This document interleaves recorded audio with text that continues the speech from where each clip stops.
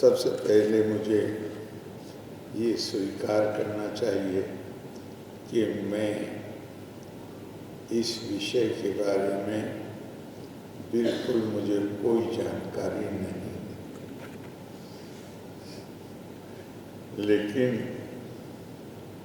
बहुत ज़माने से ऐसे विषय जिन पर कोई जानकारी नहीं होती है, हमारे भाई रविंद्र पाठक जी बिहार आने के बाद नहीं, इससे बहुत सालों पहले तमाम ऐसे विषय जिन पर हमें कोई जानकारी नहीं है, भाई रविंद्र पाठक हमें जानकारी देने का काम करते रहे।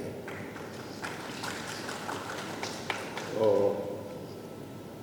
वो उनकी बड़ी कृपा है हमारे ऊपर। तो उनकी पुस्तक का विमोचन है,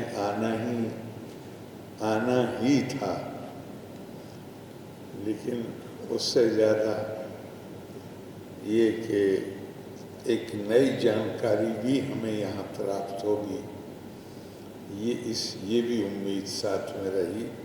आते वक्त रविंद्र भाई की किताब दक्षिण बिहार की जल व्यवस्था का लोकार्पण करके आप समझ सकते हैं कि मुझे कितनी खुशी हुई हो। प्राचीन भारतीय संस्कृति में जल को जीवन का आधार और अमृत के समान माना गया। ऋग्वेद में जल को आपास्वास्ति कहकर कल्याणकारी बताया गया। जल ही समस्त जीवों के प्राणों का संवाहक है। आपो हिष्टा मयो भुवस्ता न ऊर्जे दधातना, अर्थात हे जल, तुम आनंद का स्रोत हो, तुम हमें शक्ति और पोषण प्रदान करते हो। शास्त्रों में पंच महाभूतों में जल का विशेष स्थान। जल मनुष्य के शरीर का लगभग 70% भाग है, जो जीवन को निरंतर क्रियाशील बनाए रखता है। आयुर्वेद के अनुसार जल त्रिदोषों अर्थात वात, पित्त, कफ के संतुलन में सहायक और रोगों को दूर करने में महत्वपूर्ण भूमिका निभाता है। बल्कि एक वैदिक ऋचा में तो ये कहा गया है कि समस्त रोगों का निदान जल के अंदर, यानी अगर हमारे ऊपर है कि हम अपने अनुसंधान से, शोध से उसको कैसे प्रयोग किया जाए, लेकिन हमें एक मार्गदर्शक सिद्धांत बताया गया है कि जल हर प्रकार के रोगों का, जल के अंदर ये शक्ति है कि वो हर प्रकार के रोगों का निदान कर सके। चक्र संहिता में भी जल को शीतल, पवित्र और प्राणवर्धक बताया गया। गंगा जलम पावनम पापनाशन, ये मान्यता जल की शुद्धि और दिव्यता का प्रतिपादन करती। हमारे प्राचीन ग्रंथों में कहा गया है कि प्यासे को जल देना सबसे बड़ा दान, क्योंकि यही जीवन का आधार। आज जब पृथ्वी जल के संकट के बारे में भविष्यवाणियाँ की जा रही हैं, और अभी श्रद्धेय स्वामी जी ने बताया कि ये भी भविष्यवाणी है कि दुनिया में अगर तीसरा महायुद्ध होगा तो वो जल के कारण ही होगा।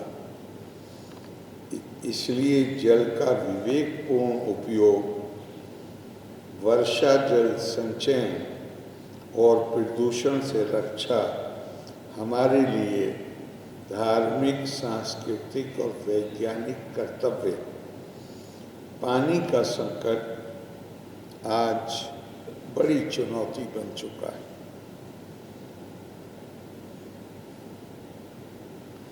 मैं अगर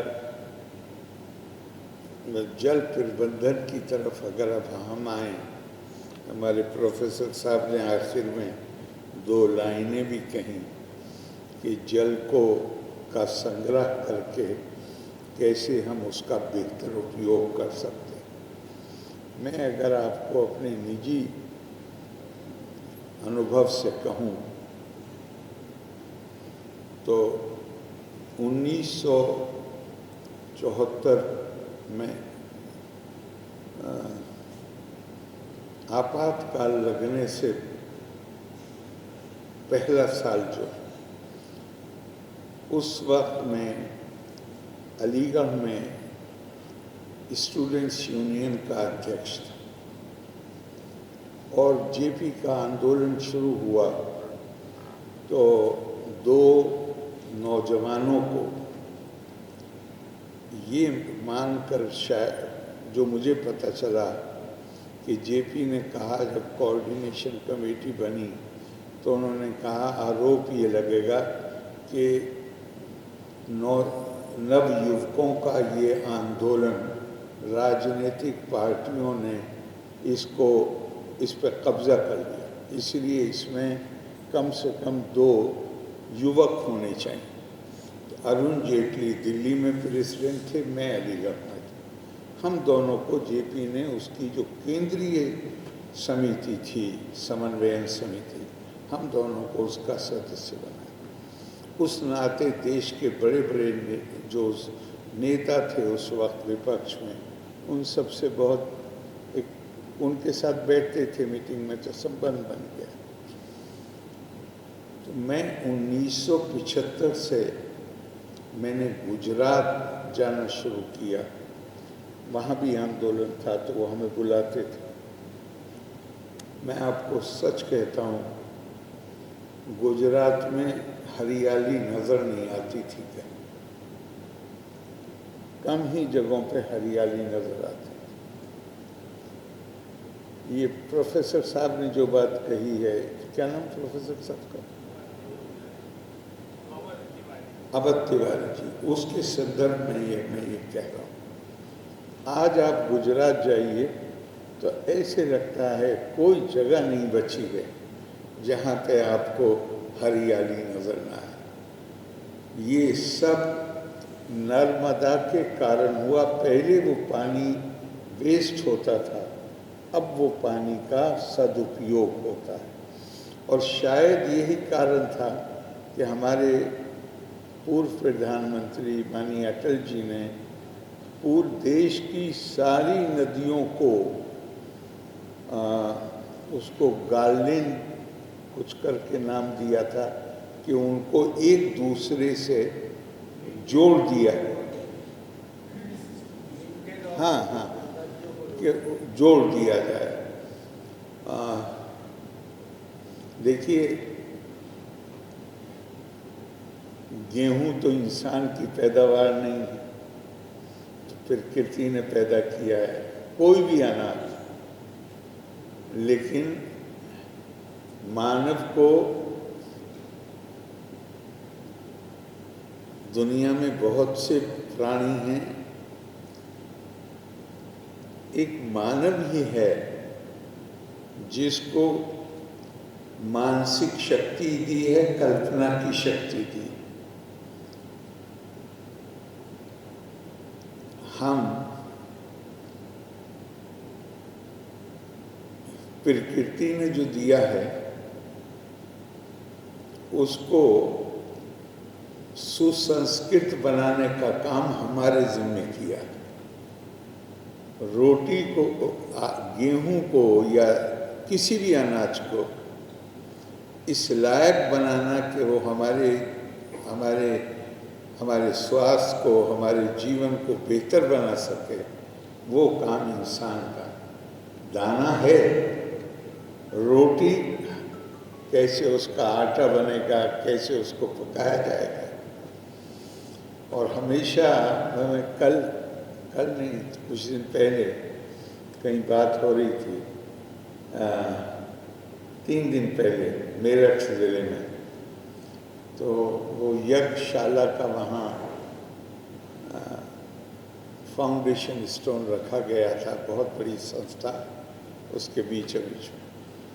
तो वहाँ उन्होंने कोई बात कही तो मैंने पलट के कहा, मैं कहा इतिहास ये बताता है, विज्ञान बताता है कि दुनिया में सबसे पहली जो ऑब्जेक्ट ऑफ वर्शिप था, जिसकी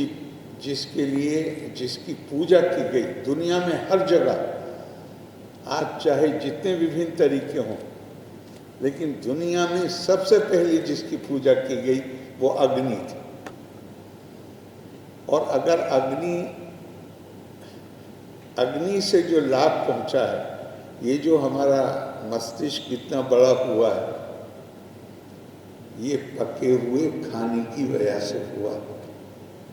बहुत सारे लोग कहते हैं कि प्राकृतिक तरीके से, कई दिन भाई प्राकृतिक तरीके से तो सारे जानवर खाते हैं, उनकी मानसिक शक्ति तो नहीं बढ़ती, लेकिन आग में वो तो, मतलब आग से मतलब ये है कि प्रकृति ने ये चीज़ें पैदा की, हम अपनी अकल का प्रयोग करके, अपनी जो मानसिक शक्ति है उसका प्रयोग करके कैसे उसको, और वही कल्पना की शक्ति है जो हमें ये भी बताती है कि